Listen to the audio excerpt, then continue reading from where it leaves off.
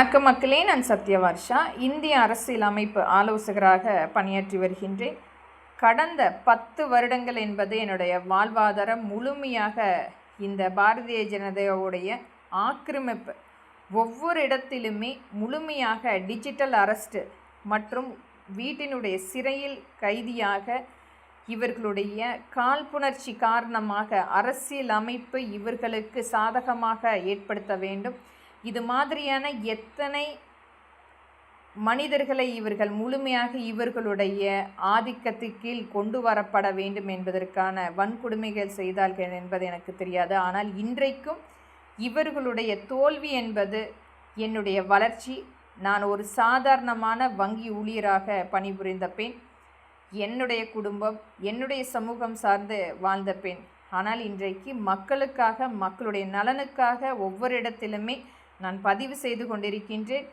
ஒரு கட்சியை ஆரம்பிப்பதற்குரிய அத்தியாயமாக அதற்குரிய செயல்பாடுகளும் நாம் வலியுறுத்தி கொண்டிருக்கின்றோம். எனக்கென்று வாழ்ந்த இந்த சூழ்நிலை மாறி மக்களுக்கான சூழ்நிலையாக இன்றைக்கு என்னுடைய வெற்றி பயணம் என்பது அடுத்த கட்டத்துக்கு நகர்ந்து கொண்டிருக்கின்றேன். பாரதிய ஜனதா என்பது என்னுடைய முன்னால் கண்டிப்பாக மண்டியிட்டு மடிந்து போவதற்குரிய சமமாக ஒவ்வொரு இடத்திலுமே இவர்களுடைய தோல்வி என்பது என்னை ஒரு கடினமான பயணத்துக்கு ஏற்படுத்தினாலும் அதை மீறி ஒவ்வொரு இடத்திலுமே என்னுடைய பதிவுகள் மக்களிடத்தில் கொண்டு போய் சேர்த்து கொண்டிருக்கின்றேன்.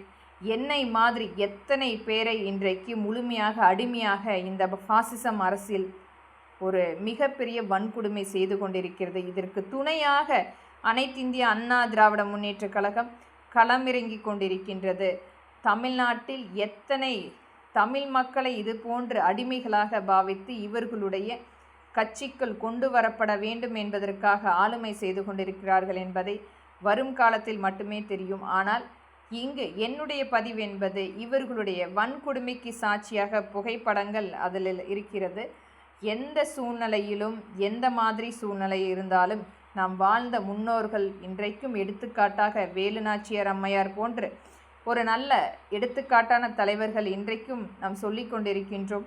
ஒரு சாதாரணமான ஒரு வங்கி ஊழியராக இருந்த என்னை இன்றைக்கு ஒரு இந்திய அரசியல் அமைப்பு சட்ட திருத்தங்களை பேசக்கூடிய ஒரு நல்ல ஒரு அரசியல் அமைப்புக்கு கொண்டு வந்த இந்த சமுதாயம், இம்மக்கள் கடினமாக இருந்தாலும் எழுச்சியாக என்னோடு சேர்ந்து இன்றைக்கும் பயணித்து கொண்டிருக்கின்றார்கள்.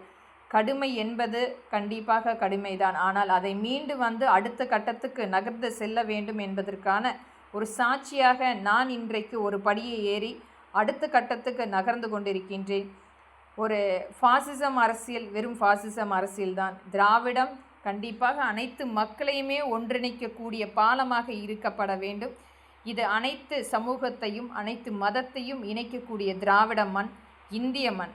இங்கு ஒரு பாசிசம் அரசியலாக நரேந்திர மோடியினுடைய ஒரு கட்டமைப்பு கீழ் இன்றைக்கும் அடிமைகளாக வாழ்ந்து கொண்டிருக்கின்றார்கள். அனைவருமே எழுச்சியாக எழுந்திருங்கள். கண்டிப்பாக நான் ஒரு சாட்சியாக இன்றைக்கு அதிலிருந்து விடுபட்டு நான் அடுத்த கட்டத்துக்கு நகர்ந்து கொண்டிருக்கின்றேன். எழுச்சியே எழுந்திரு.